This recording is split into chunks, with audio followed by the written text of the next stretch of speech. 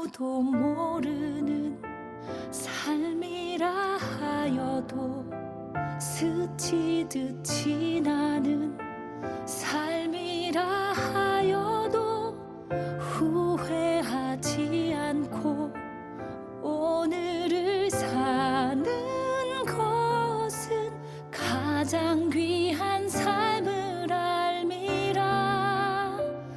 내가 꿈꾸는 일 이루지 못해도 내가 바라는 것 다 갖지 못해도 낙심하지 않고 오늘을 사는 것은 가장 귀한 삶을 알미라. 내가 10월 23일 주일 예배 하나님께 올려드립니다.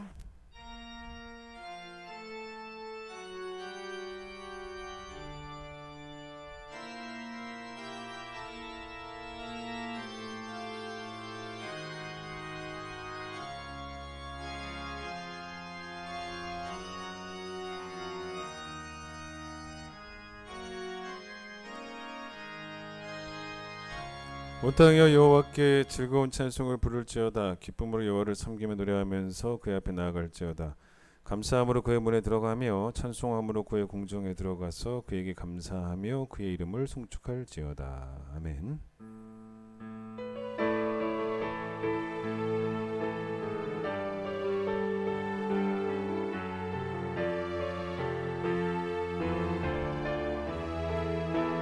모든 영광과 존귀와 능력 받으소서 받으소서. 영광과 존귀와 능력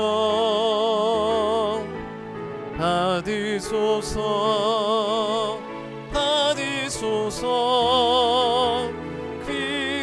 그리스도 살아계신 하나님, 우리의 죄를 고백합니다.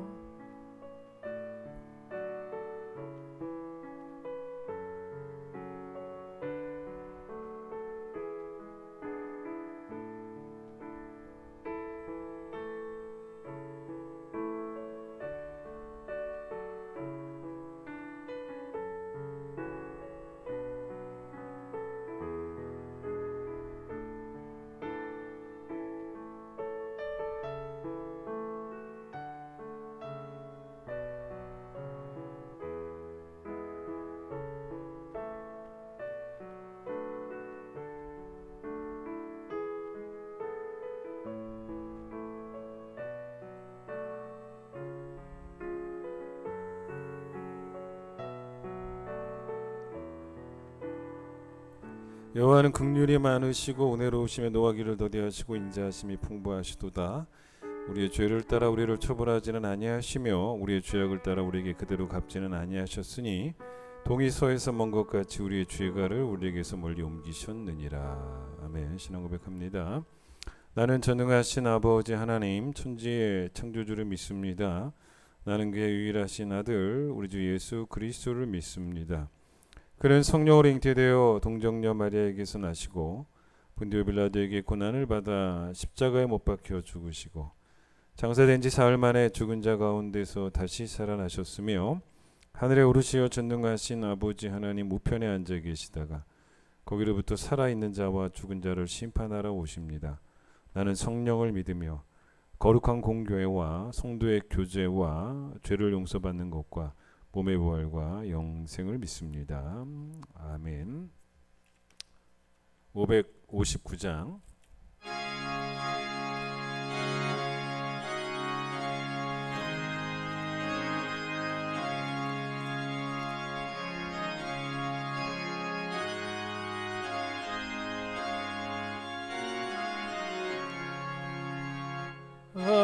아철의 봄바람 불어있고 하나님 아버지 오셨으니 믿음의 반석도 든든하다. 우리 집 즐거운 동산이라. 고마워라 임마누엘. 예수만 섬기는 우리 집. 고마워라 임마누엘. 복되고 즐거운 하루하루. 어버이 우리를 보이시고 동기들 사랑에 뭉쳐있고 기쁨과 서름도 같이 하니 한간의 초가도 천국이라. 고마워라 임마누엘. 예수만 섬기는 우리 집. 고마워라 임마누엘. 복되고 즐거운 하루하루. 아침과 저녁에 수고하여 다같이 일하는 온 식구가 한 상에 둘러서 먹고 마셔. 여기가 우리의 낙원이라. 고마워라 임마누엘. 예수만 섬기는 우리 집. 고마워라 임마누엘. 복되고 즐거운 하루하루. 베드로전서 3장 13절로 17절. 베드로전서 3장 13절로 17절 말씀을 제가 읽겠습니다. 381페이지. 또 너희가 열심으로 선을 행하면 누가 너희를 헤아리요. 그러나 의를 위하여 고난을 받으면 복 있는 자니 그들이 두려워하는 것을 두려워하지 말며 근심하지 말고 너희 마음에 그리스도를 주로 삼아 거룩하게 하고 너희 속에 있는 소망에 관한 이유를 묻는 자에게는 대답할 것을 항상 준비하되 온유와 두려움으로 하고 선한 양심을 가지라. 이는 그리스도 안에 있는 너희의 선행을 욕하는 자들로 그 비방하는 일에 부끄러움을 당하게 하려 함이라. 선을 행함으로 고난받는 것이 하나님의 뜻일진데 악을 행함으로 고난받는 것보다 나으니라. 아멘. 오늘은 문은숙 권사님 기도십니다. 여호와 우리 하나님과 같은 이가 없으시고 이제부터 영원까지 인도해 주시는 하나님께 이 시간 찬양과 영광을 올려드립니다. 언제나 우리들 마음에 은혜를 주셔서 하나님과 함께 할 수 있음에 감사를 드립니다. 지금 드리는 이 예배와 찬양이 온전히 주님 한 분만을 바라보는 예배로서 신령과 진정으로 드려지게 하옵소서. 사랑의 주님, 지난 한 주간도 성도로서 세상 속에 있었습니다. 성령 충만함으로 하나님의 지혜와 사랑으로 살아가기를 원하시는 아버지의 마음을 알면서도 도움이 필요한 영혼에게 손을 내밀어 주지 않았고 내가 옳다고 교만했던 모습들을 회개하오니 죄인인 우리를 용서하여 주시고 절망 가운데서 하나님을 믿고 의지하며 말씀에 소망을 가지고 믿음으로 사는 자 되게 하여 주시옵소서. 사랑의 주님, 우리 가운데 질병으로 아파하고 물질의 어려움으로 힘들어하며 환난과 고난과 핍박 가운데 계시는 성도들을 기억하여 주시옵소서. 고난 가운데 하나님을 원망하는 시간이 아니라 기도하며 하나님을 더 뜨겁게 만나는 시간 되게 하시옵소서. 공중에 나는 새와 들에 핀 백합화의 모습을 보며 그들의 염려 없음과 만족을 배우게 하시고 무엇을 마실까 무엇을 입을까 두려워하지 말고 해 뜨는 데서부터 해 지는 데까지 주 하나님만을 찬양하며 그의 나라와 그의 일을 구하며 살아가는 자 되게 하시어 주의 말씀이 우리들의 기준이 되고 그 말씀대로 살아가는 것이 형통한 길이기에 살아가는 날 동안 주님만을 자랑하는 자들 되게 하여 주시옵소서. 사랑의 주님, 대신방 기간 중에 있습니다. 한 가정 예배 드릴 때마다 주님을 사모하는 마음을 주시옵소서.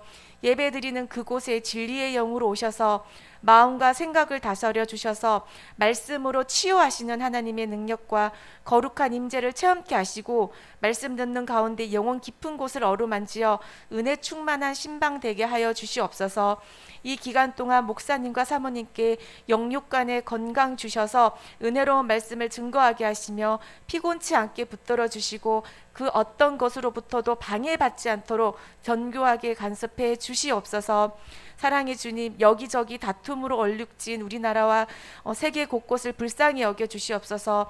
욕심과 권력에 유혹받지 않고 오직 겸손한 자세로 백성들을 섬기는 지도자들 될 수 있도록 지혜 주시고 저희들은 화병이 깨진 곳에 복의 근원으로 살아가며 복음으로 인해 하나님의 나라가 이루어갈 수 있도록 깨어 기도하며 주의 능력이 우리들을 통해 온전히 드러나게 하시며 하나님을 경외하는 귀한 역사가 이루어지게 하시옵소서.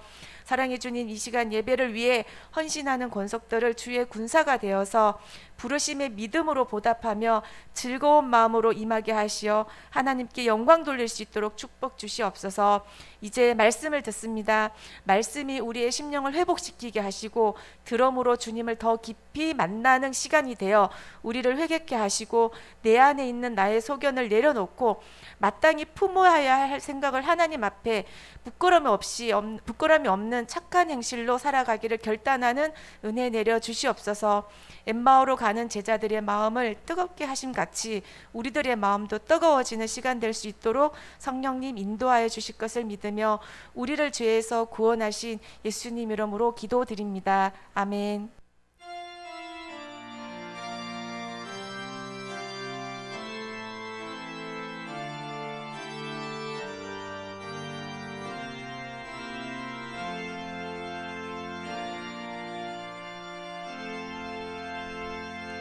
봉헌하겠습니다.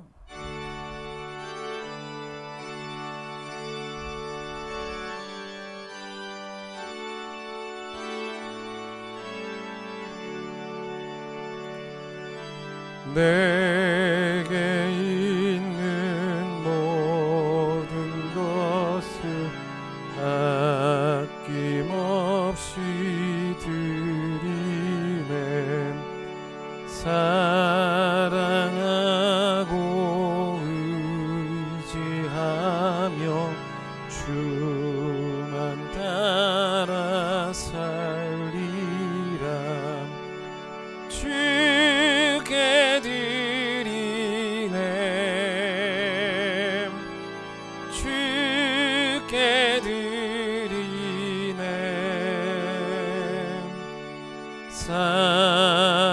사랑하는 구주 앞에 모두 드리네. 아멘. 주의 나 허락하시면 감사합니다. 오늘 예배를 통하여 하나님께 영광을 올려드리는 귀한 시간 되기를 원합니다. 하나님이 우리에게 너무나 선하시고 좋으신 분이시기에 또 지금도 우리를 통치하시며 또 우리를 다스리시며 또 우리를 돌보시는 하나님이시기에 우리 평생에 하나님의 이름에 합당한 영광을 올려드리는 예배자로 살아갈 수 있도록 축복하여 주시옵소서. 때를 따라 또 필요를 따라 좋은 것으로 우리 삶을 채워주시는 그 하나님의 은혜에 오늘도 감사하며 예배하게 하여 주시고 오늘 주 앞에 나오며 거룩한 주일을 또 주님께 거룩한 예물을 정성스럽게 준비하여 드립니다. 오늘 안에 드린 모든 예물 주님 받아주시기를 소망합니다. 주님 기뻐하시는 예물 되어지기를 우리가 인색한 마음으로 드린 것이 아니고 즐거운 마음으로 주님께 드렸습니다. 우리의 자원하는 심령 또 우리 감사의 마음을 주께서 받아주시기를 소망하며 예수님 이름으로 기도드립니다. 아멘. 예, 대침방 계속되어집니다. 6구역 이번 주 25일, 27일 이틀 동안 진행이 됩니다. 위에서 기도해 주시기 바랍니다. 세례 입교 신청 우리 지난 월요일에 제가 여러분에게 지난 화요일에 제가 여러분에게 신청 링크를 보내드렸죠. 신청해 주시기를 바랍니다. 교회학교 교사도 모집합니다. 신입 교사입니다. 뭐 기존에 하고 계셨던 분들은 이 새로운 교육을 받을 필요 없고 처음 교사 하기를 원하시는 분들 링크로 신청해 주시면 되겠습니다. 지난 3년 동안 코로나 때문에 우리 어르신들 여행을 못 갔습니다. 2019년에 가고 못 갔는데요. 그래서 이제 올해 이제 좀 코로나가 많이 이제 완정이 되어서 이제 가려고 합니다. 단 좀 짧게 다녀오려고 합니다. 길게는 가지 않고 원래 뭐 여행 가면서 맨 마지막 코스로는 목욕도 가고 그랬는데 이번에는 그런 코스는 좀 빼고요. 좀 짧게 다녀오도록 하겠습니다. 11월 1일입니다. 화요일 오전 9시에 출발하고요. 65세 이상 되신 어르신들 다 참여하시면 되겠습니다. 신분증 꼭 지참하시고 이번 여행지는 춘천으로 멀지 않죠. 춘천으로 좀 다녀오도록 하겠습니다. 돌아오는 화요일 날 9시 반부터 한소망교회에서 서울 서북로에 있습니다. 제가 참여하도록 하겠습니다. 박노원 집사님 어머님이 지난 월요일에 별세하셔서 수요일에 잘 장례 끝마쳤습니다. 여러분 만나시면 하나님 위로 전해주시길 바라고 오늘 그 은혜 감사하며 떡을 헌납해 주셨습니다. 새신자 김성숙 성도 스스로 오셨습니다. 찬양하겠습니다.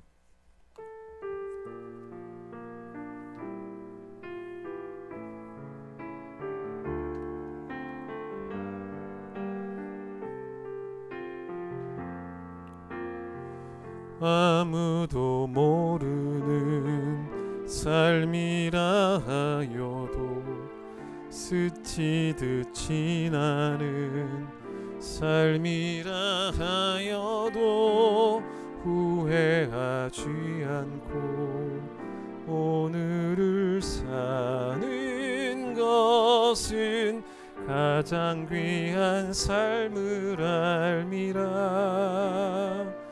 내가 꿈꾸는 일 이루지 못해도 내가 바라는 건 다 갖지 못해도 낙심하지 않고 오늘을 사는 것은 가장 귀한 삶을 알미라. 내가 복음을 알고 내가 복음을 믿고 내가 복음을 전하며 살아간다면 나의 삶은 가장 귀한 삶이라. 내가 예수를 알고 내가 예수를 믿고 내가 예수를 전하며 살아간다면 나의 삶은 가장 귀한 삶이라. 2차 세계 대전 때 그 독일의 나치에 의해서 유대인들이 엄청나게 박해를 받았습니다. 여러분 그 홀로코스트라는 말 들어보셨을 겁니다. 1933년부터 45년까지 독일 나치가 행한 그 대학살을 홀로코스트라고 하는데 누구를 주로 죽였냐면 유대인들을 주로 죽였죠. 원래 이 홀로코스트라는 단어가 어디서 나왔냐면 헬라어 그리스어에서 나왔습니다. 고대 그리스인들이 신에게 동물을 태워서 제물로 바칠 때 썼던 단어인데, 그러니까 이러한 아주 잔인한 그런 살인 행위들, 뭐 불에 태워 죽이는 정도의 뭐 이런 잔인한 살인 행위들이 2차 세계 대전 중에 독일 나치에 의해서 이루어졌기 때문에 그래서 그걸 홀로코스트라고 이름 붙였고요. 이 홀로코스트로 인해서 죽은 사람이 총 1,100만 명입니다. 그러니까 우리나라 인구의 5분의 1 정도가 죽었다고 보시면 됩니다. 그 중에 유태인이 600만 명이었습니다. 절반이 넘죠. 또 600만 명 중에서 100만 명이 어린아이였고 200만 명이 여성이었고 300만 명이 남성이었습니다. 그래서 총 600만 명이 죽은 거죠.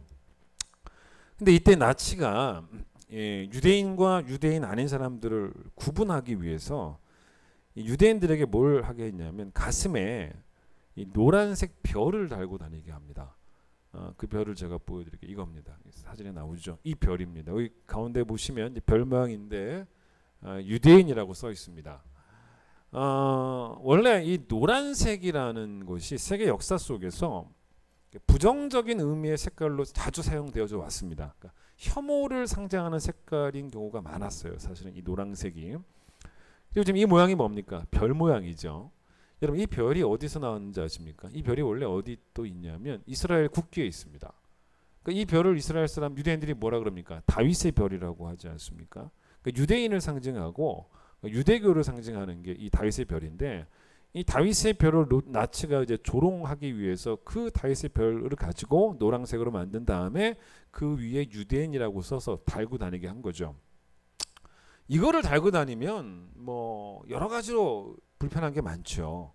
유대인들이기 때문에 많은 차별을 받게 됩니다. 뭐 상점도 유대인들이 들어갈 수 없는 곳도 많았고 유대인들을 받지 않고요. 또 유대인들은 뭐 밤 8시가 되면 외출을 할 수 없게끔 만들다든지 노란색 별을 달고 다니면 이제 밤에 다니면 안 되고 뭐 그런 거 있지 않습니까? 그러니까 엄청난 손해를 받던.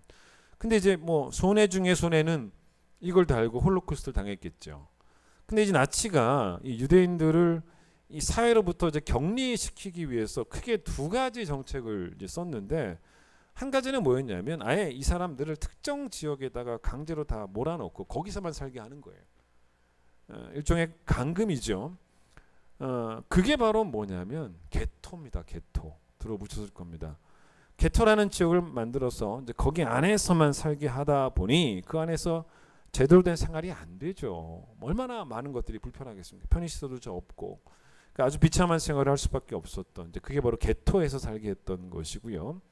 그런데 나치가 이제 이 유대인들을 이 사회로부터 아예 격리시켰던 게, 공간적으로 격리시켜 버린 것이 게토라면, 이 게토 밖에서는 사회 속에서 격리시키는 방법은 이걸 달고 다니는 거예요. 그러니까 노란색 별을 달고 다니면 사회 속에서 이제 차별을 받는 거죠. 그런데 이제 유대인들이 나중에는 결국 이걸 어떻게 받아들이냐면 오히려 이 노란색 별을 달고 다니는 것을 자랑스러워했다는 겁니다. 왜냐? 나는 유대인이라는 거죠. 나는 유대인이라는 것입니다. 그리고 유대인으로 구별해줘서 좋다는 겁니다.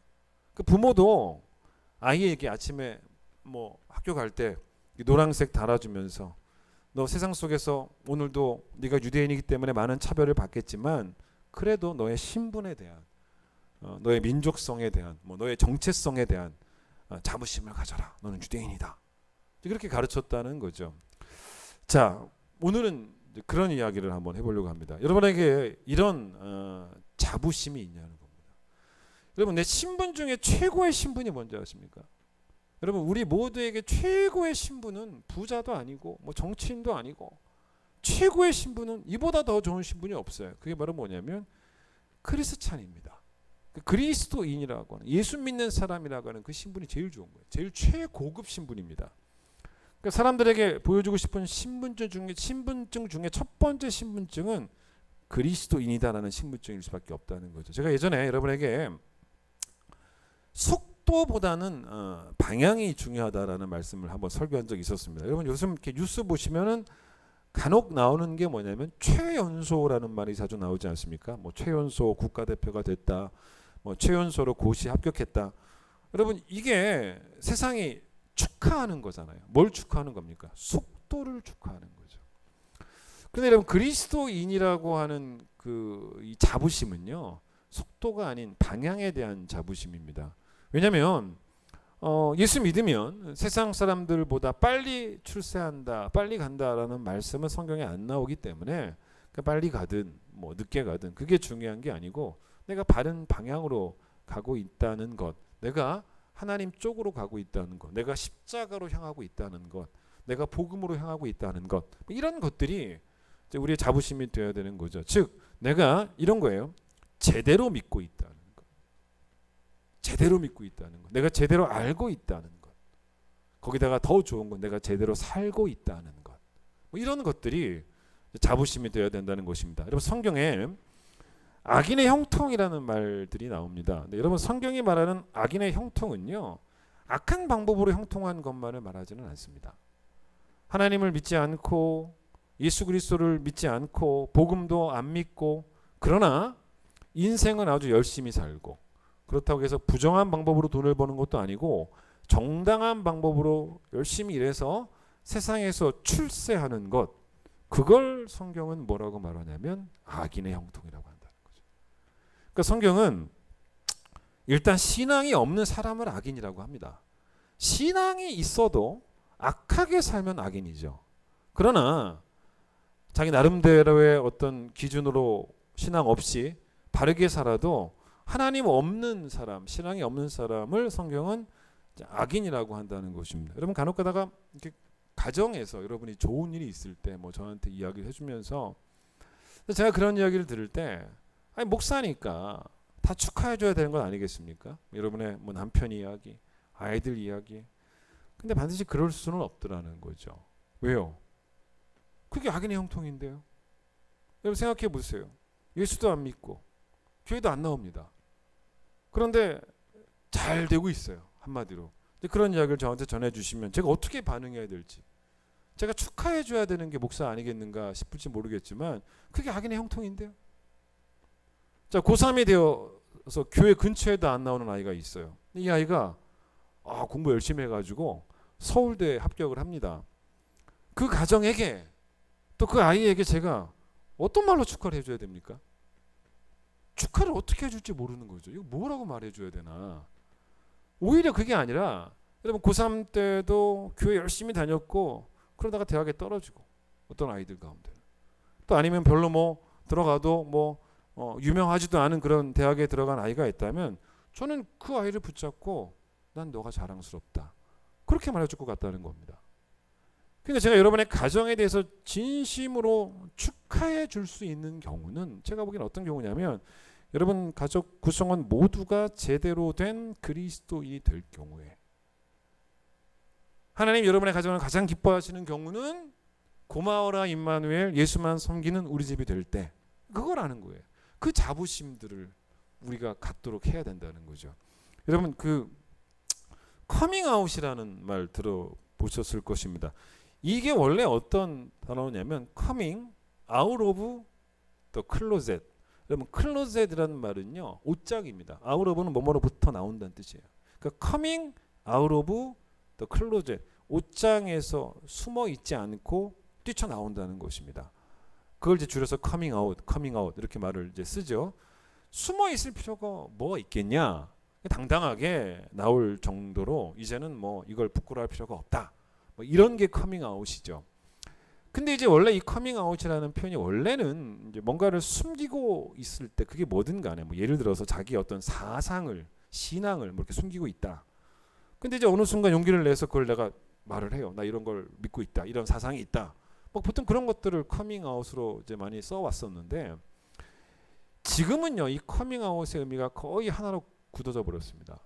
이 커밍아웃이 이제 지금은 거의 어떤 의미로만 쓰이냐면 동성애자들이 자기들이 동성애라는 것을 밝혀내는 것, 그걸 커밍아웃이라고 합니다. 여러분, 자기가 동성애자면 하나님 앞에 나와서 회개하고 다시는 그러지 않는 삶을 사는 게 맞지. 그게 뭐 자랑이라고 세상을 향해서 커밍아웃해서 나 동성애자라고 당당하게 밝히냐는 것입니다. 오늘 설교는 제가 여러분에게 좋은 의미로의 영적인 커밍아웃을 촉구하는 거예요. 좋은 의미로의. 그러니까 옷장에 숨어 있어서는 안 된다는 거예요. 원래 신앙이라는 것은요, 오해하지 마십시오. 성경이 그렇게 설명하지 않습니다. 내 마음으로 잘 믿고 있으면 그만이다. 하나님도 아시지 않느냐? 절대로 그렇게 말하지 않습니다. 성경에서 강조하는 것이 바로 뭐냐면 대중 앞에서의 신앙이에요. 엄청 강조합니다. 사람들 앞에서의 신앙입니다. 먼저는 사람들 앞에서 입으로 시인하는 거예요. 마태복음 10장 32절 33절 들어보세요. 누구든지 사람 앞에서 나를 시인하면 나도 하늘에 계신 내 아버지 앞에서 그를 시인할 것이요, 누구든지 사람 앞에서 나를 부인하면 나도 하늘에 계신 내 아버지 앞에서 그를 부인하리라. 이게 뭘 요구하신 것이냐면 신앙 고백을요, 은밀한 방에서, 은밀한 예배실에서 하나님과 나 사이에만 은밀하게 하지 말라는 거예요. 사람들 앞에서 공개적인 신앙 고백을 하라는 겁니다. 그런데 여러분 잘 보세요. 이게 말이 쉬워요. 무척 어려운 상황입니다. 오늘을 살아가는 지금 이 시대와는 사뭇 다른 시대의 이야기이기 때문에 여러분, 지금은 사람들 앞에서 우리가 신앙을 뭐 공개적으로 고백해봐야 뭐 얼마나 큰 피해를 보겠습니까마는, 예수님이 말씀하셨던 이 시대는 죽음에 대한 두려움과 맞서 싸워 이기지 못하는 한 절대로 공개적으로 신앙 고백을 못하는 그런 시대였습니다. 그러니까 이게 뭐냐면 죽는 한이 있더라도가 돼야 돼요. 그러니까 죽는 한이 있더라도 내가 공개적인 신앙 고백에서 절대로 물러서지 말아야겠다. 근데 그게 쉽겠냐는 겁니다. 예? 죽는 한이 있더라도. 여러분 생각을 한번 잘 해보세요. 마음으로만 내가 예수를 잘 믿고 있으면 하나님도 아시니까 하나님만 아시면 되지.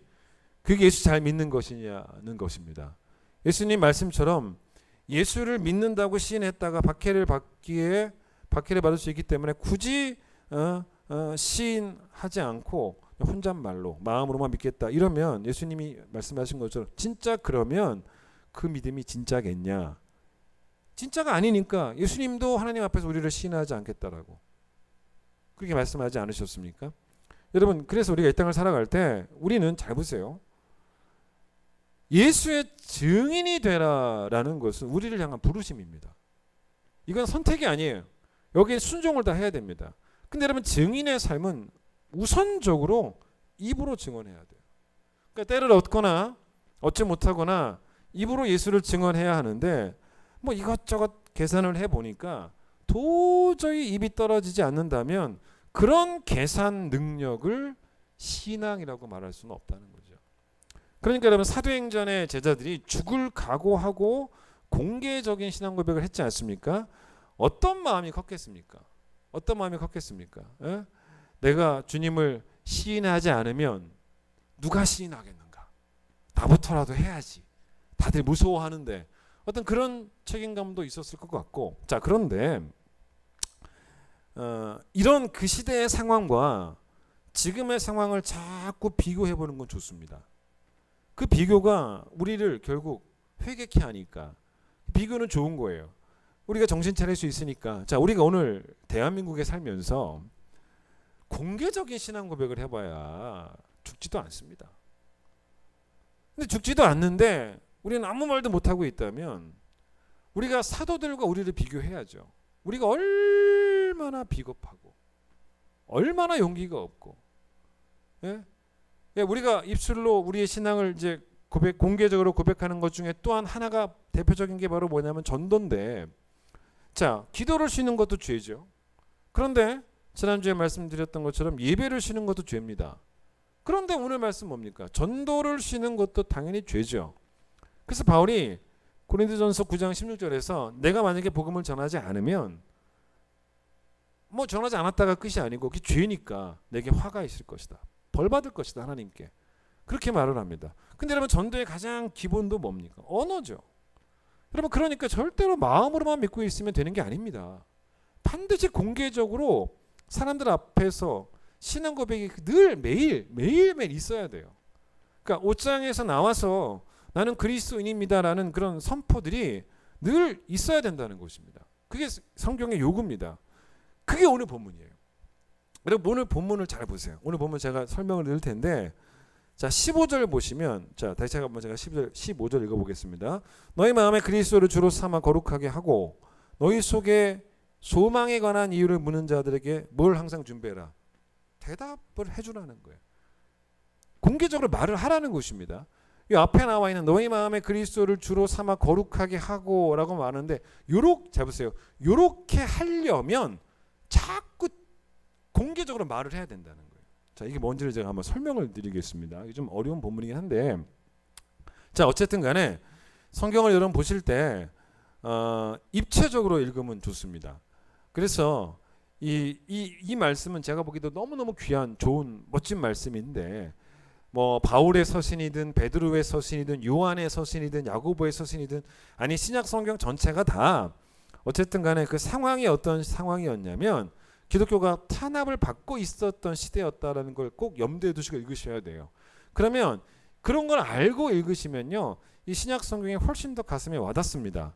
자 신약 성경에 고난이라는 단어가 이제 나올 때 이 고난이라는 단어가 욥이 당했던 고난처럼 뭐 몸에 병이 든다거나 뭐 재산을 잃는다거나 아니면 자식을 잃는다거나 뭐 이런 경우에도 신약 성경에서 고난이라는 단어를 쓰지만 고난이라는 단어의 신약 성경의 절반 이상이 뭔지 아십니까? 박해예요. 박해를 이제 고난이라고 말을 합니다. 그런데 어느 정도냐면 이건 일단 들어보세요.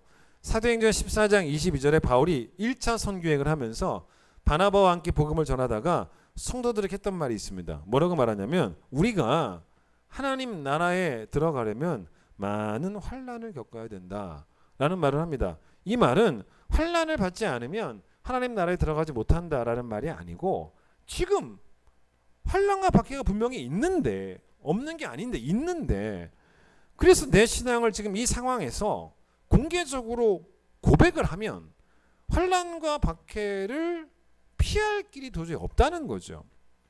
그래서 하나님 나라에 들어가기까지 요거 각오하라는 거예요.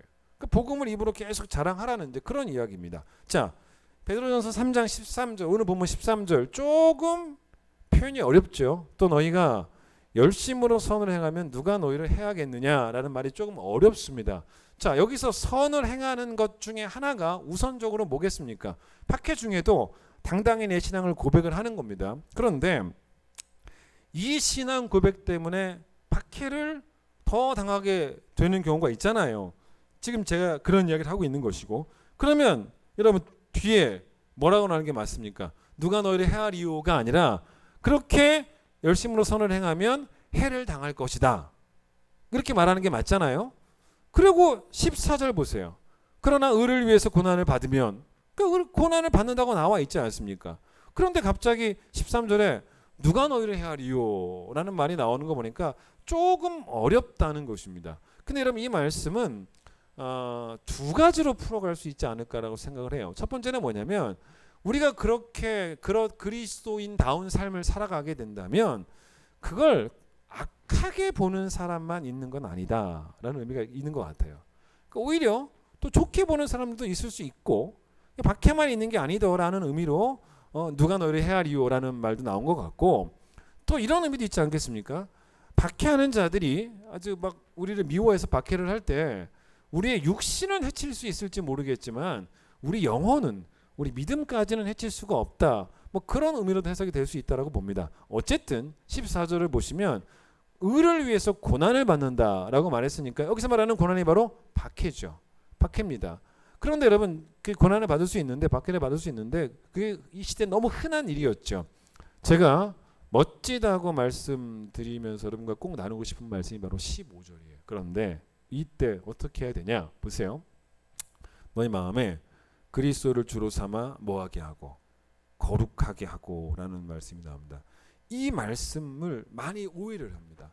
거룩하게 하고 그리스도를 마음의 주로 삼아서 거룩하게 하고, 그럼 누가 거룩해진다는 거예요? 누가?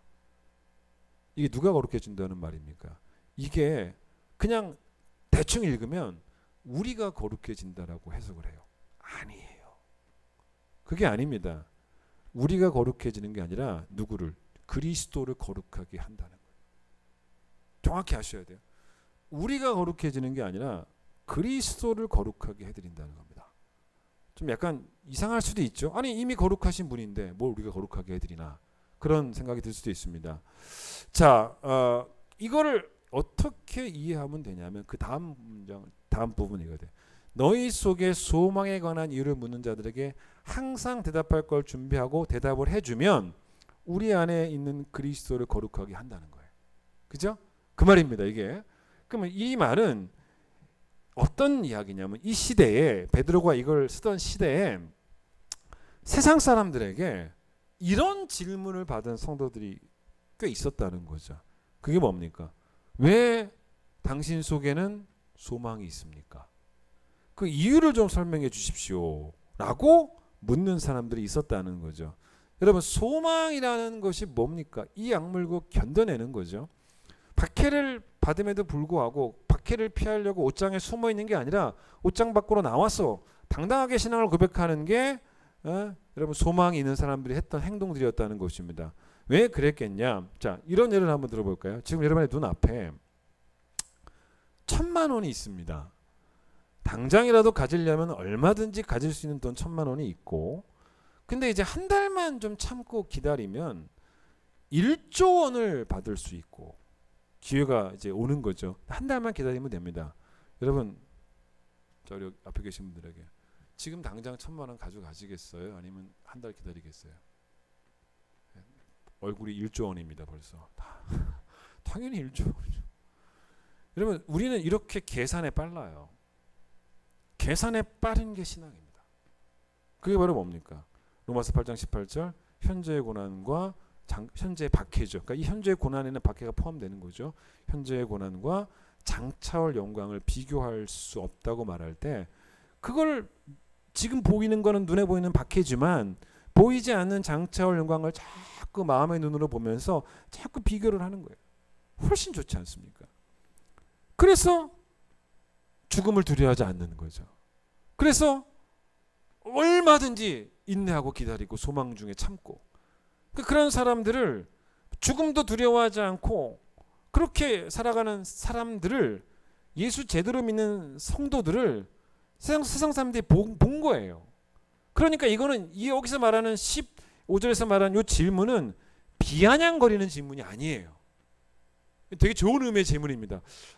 막 비꼬는 투의 말투가 아니고, 아니 당신 소망하는 바가 뭐길래 이런 어려움 가운데서도 왜 자꾸 참고 있냐? 난 그게 정말 궁금하다. 당신의 그 신앙을 고집하는 이유가 뭐냐? 라고 물어본 거예요. 진짜 진지하게 물어본 것입니다. 거기에 대해서 또다시 공개적으로 입술로 고백할 수 있는 말들을 늘 준비해 놓으라는 거예요. 늘 말하라는 거예요. 여러분, 그러면 이것이 우리 안에 계신 예수님을 거룩하게 한다라는 말의 의미입니다. 이 말의 의미가 뭐냐면, 예수님은 이미 거룩하신 분이에요. 우리가 그분을 어떻게 더 거룩하게 만들겠습니까? 근데 그런 말이 아니라 그분의 거룩함은 바로 그분이죠. 그분의 거룩함에 대한 합당한 대접을 해드리라는 거예요. 합당한 대접. 즉 그리스도를 내 마음의 주로 모셨다면 주님답게 대접을 해드리라는 것입니다. 그 중에 하나가 뭐냐면, 모셔놓고 모른다. 나 저 사람 몰라요. 그러면 되겠냐는 거예요. 모셔놓고 나 이분 압니다. 내가 이분 때문에 참습니다. 그렇게 말해주라는 거예요. 그게 바로 이분을 대접하고, 그래서 그리스도를 시인하라는 겁니다. 여러분, 이런 예화가 하나 있습니다. 제가 우리 교회 예전에 많이 모셨던 교수님 가운데 장신대 기독교 상담을 전공하시는 이상옥 교수님, 저희 교회 이제 몇 번 모셨죠. 참 설교 잘하시고. 근데 이번에 이제 책에서 제가 아주 재미난 글을 읽었습니다.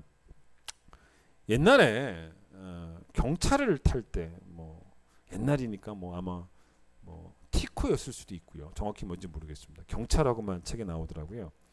근데 그 목사님 자녀들이 이 티코에 타는 이 경차에 타는 걸 진짜 좋아했다는 거예요. 근데 이유가 다른 게 아닙니다. 차가 워낙 떨리니까. 그러니까 이제 고급 차는 안 떨리잖아요. 근데 경차는 많이 떨리지 않습니까? 그러니까 떨리니까 이 아이들이 차창에다가 머리를 대고 어떻게 해요? 소리를 내면 고급 차는 그냥 예요. 근데 경차는 이렇게 되지 않습니까? 그러니까 이게 너무 재밌어가지고 너무너무 이 차를 좋아했다는 거예요. 근데 다 좋아한 건 아니라는 겁니다. 좀 머리가 큰 첫째 아이 찬이는 좀 창피했다는 거예요. 그래서 경차니까. 그래서 이제 어디 목적지에 가게 되면 누가 볼까봐, 친구들이 볼까봐.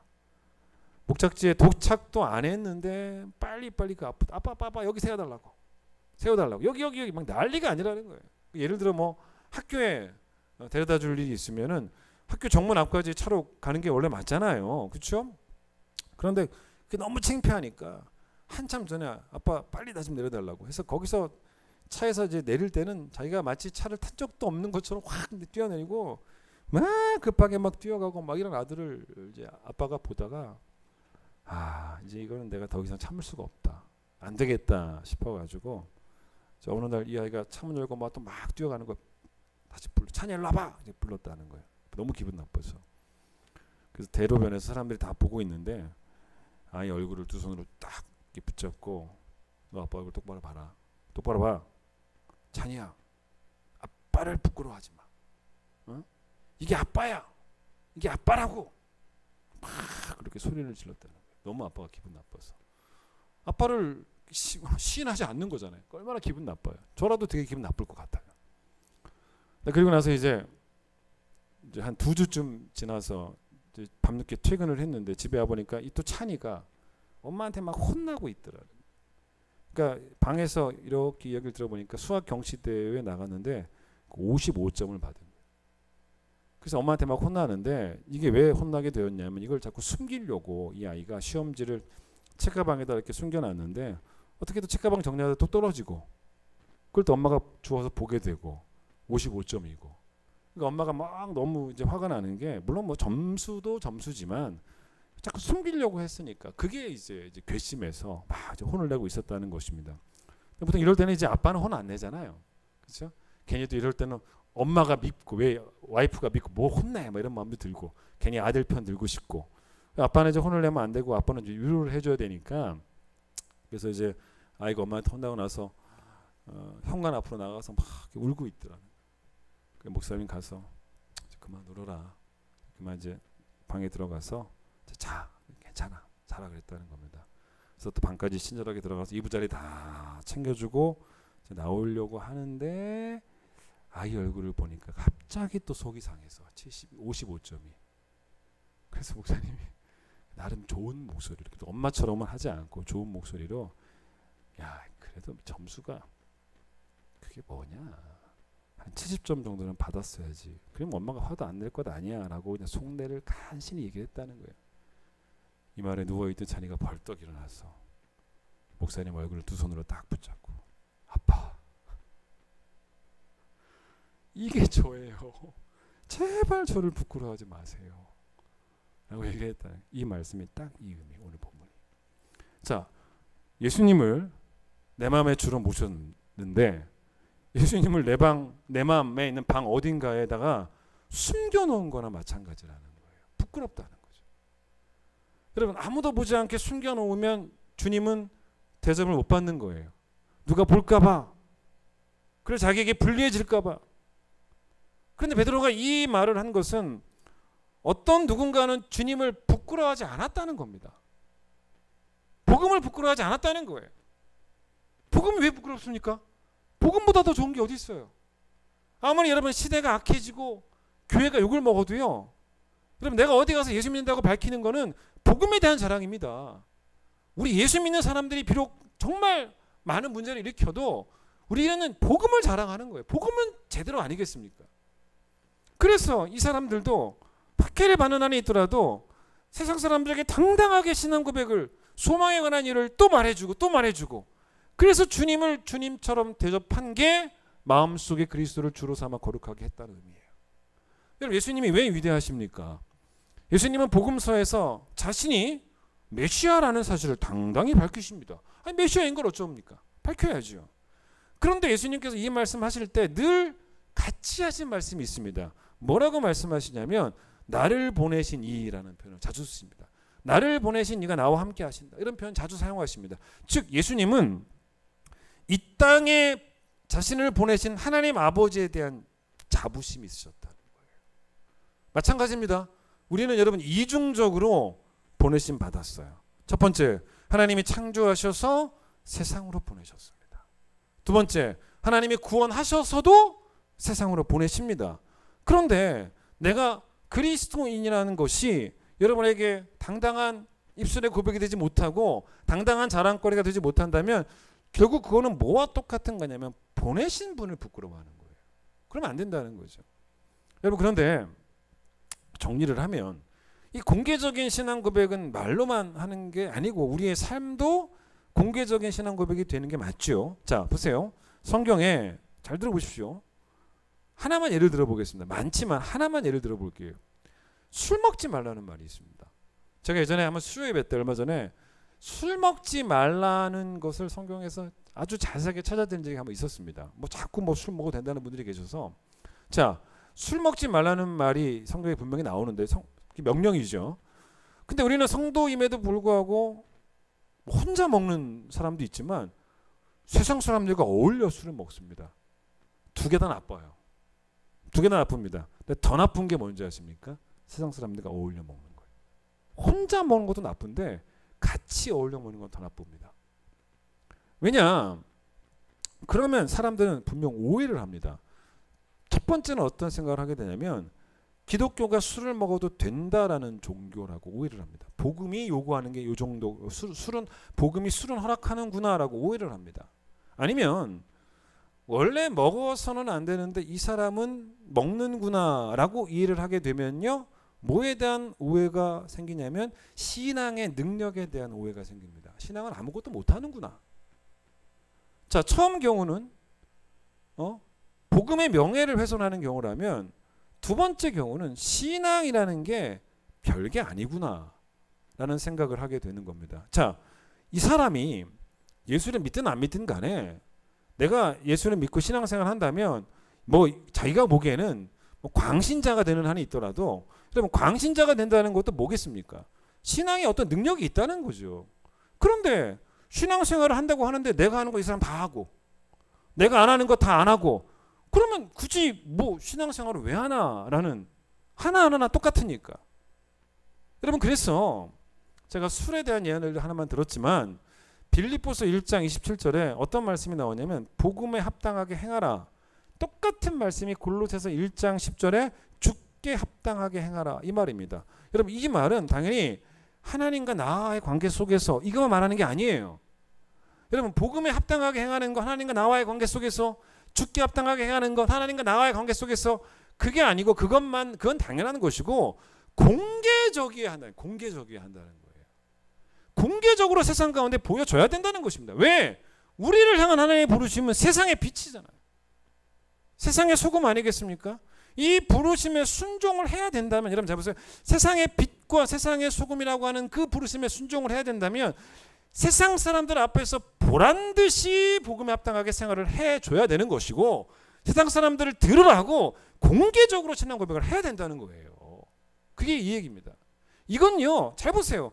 우리의 존재가 보냄받은 자예요. 보냄받은 자가 아무것도 안 하면 되겠습니까? 세상에서, 교회에서 여러분을 세상으로 보내는데, 하나님 여러분 세상으로 보내는데, 세상에서 복음에 합당한 삶을 보여주라고 보내는 건데, 즉 우리의 입술의 신앙 고백으로도 주님 대접을 해드려서 주님을 거룩하게 만들어 드리고, 우리의 삶으로도 주님 대접을 해드려서, 그래서 복음보다 위대한 진리가 없고 복음보다 더 좋은 것이 없다라는 것을 복음을 믿는 자들을 통해서 복음을 세상에 광고하라는 거예요.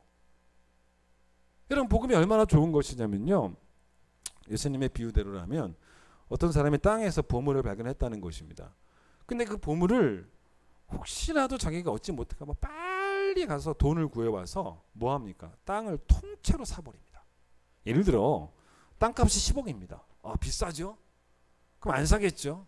그 땅 안에 1조짜리 보물이 하나 들어있습니다. 그러면 여러분 어떤 경우라도 어떤 대가를 지불해서라도 10억 갖고 와가지고 땅을 통째로 사버립니다. 그게 복음의 가치라는 거예요.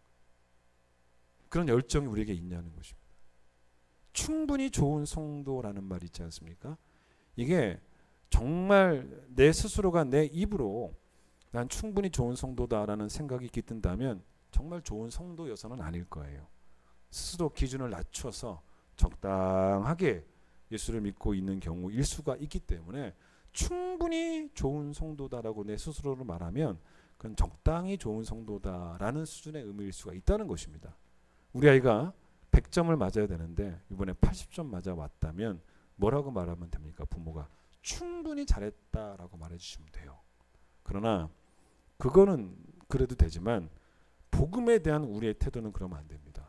어디 가서든지 나는 그리스도인이라는 자랑을 입술의 언어로 그리고 점점 더 온전해지는 삶으로 보여주는 그런 성도들이 꼭 되셔서 다니엘이 남의 나라에 가서 살다가 고위 관직자도 되고 기도하면 죽이겠다라고 해도 위협을 듣고도 전에 하던 대로 기도하러 갔다라는 것은 하나님의 백성이라는 자부심이 있었다는 것입니다.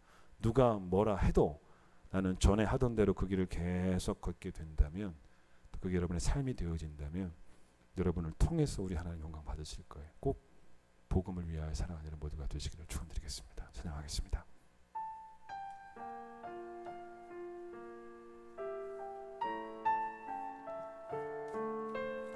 내가 복음을 믿고 복음을 알고 복음을 위해 살아가기 원합니다.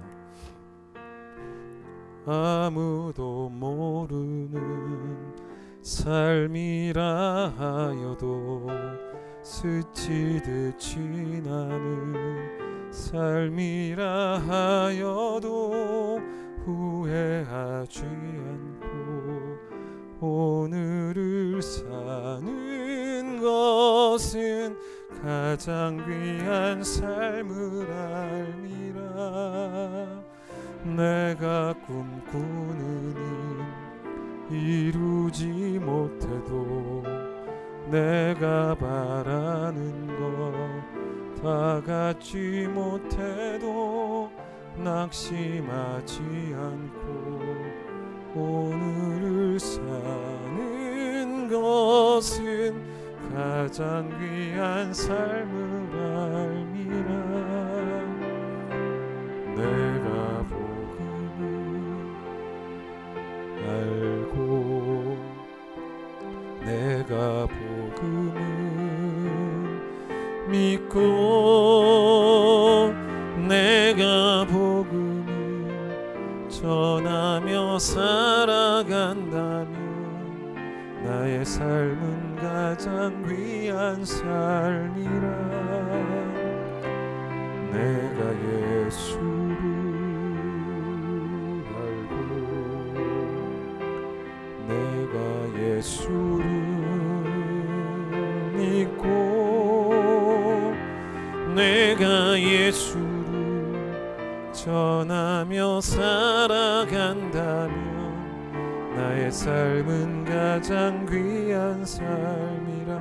하나님 독생자 예수 그리스도 하나님 독생자 예수 그리스도 날 위해 고귀한 생명 주셨으니 그 생명 받은 나 하늘의 소망인 내 가장 귀한 삶을 알미라.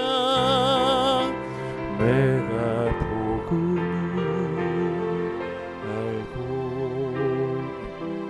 내가 복음을 믿고 내가 복음을 전하며 살아간다면 나의 삶은 가장 귀한 삶이라. 내가 예수를 알고 내가 예수를 믿고 내가 예수를 전하며 살아간다면 나의 삶은 가장 귀한 삶. 내가 예수를 위해 내가 살아간다면 나의 작은 삶 아무나 모른다 해도 내가 예수를 위해 내가 살아간다면 나의 작은 삶 아무도 모른다 해도 나의 삶은 가장 귀한 삶이라. 나의 삶은 가장 귀한 삶이라. 하나님, 내가 가질 수 있는 최고의 가치 있는 신분이 그리스도인임을 알게 되었습니다. 복음을 믿게 하시고 또 복음을 알게 하셔서 우리를 예수의 것 삼아 주시고 예수의 사람 되게 하심을, 그리스도인 되게 하심을 감사합니다. 그것이 우리에게 자랑이 되게 하시고 소망에 관한 이유를 묻는 자들이 우리에게 늘 있을 때마다 대답할 것을 항상 준비하여 우리 마음에 그리스도를 주로 거룩하게 모시고 세상에서 타협하지 않고 계산하는 능력 우리에게 전혀 없게 하여 주시고, 손해봐도 예수님께서 보내신 하나님을 위하여 살아가셨고 그 보내신 하나님을 자랑스러워하셨던 것처럼 우리도 보내신 하나님을 기뻐하며 주께서 우리를 보내신 삶의 자리에서 입을 열어 복음을 증거하고 입을 열어 그리스도의 복음을 말하고 삶으로 복음에 합당한 생활을 하여 주께 합당하게 행동하는 우리 모두가 될 수 있도록 주님 축복하여 주셔서 우리를 통하여 복음이 광고되어지고 우리를 통하여 복음이 선전되어지고 나 혼자 하나님 잘 믿고 있는 것이 아니고 세상의 빛과 소금 되라고 하는 그 부르심에도 순종하는 우리 모든 성도들이 되어질 수 있도록 하나님께서 축복하여 주시옵소서. 이전에 예수님 놀라우신 은혜와 하나님의 그 크신 사랑과 성령의 역사하심이 늘 하나님 앞에서 복음을 자랑하고 세상 앞에서 복음을 자랑하며 살기를 원하는 모든 성도들 위해 함께 하시길 간절히 축원하옵나이다. 아멘.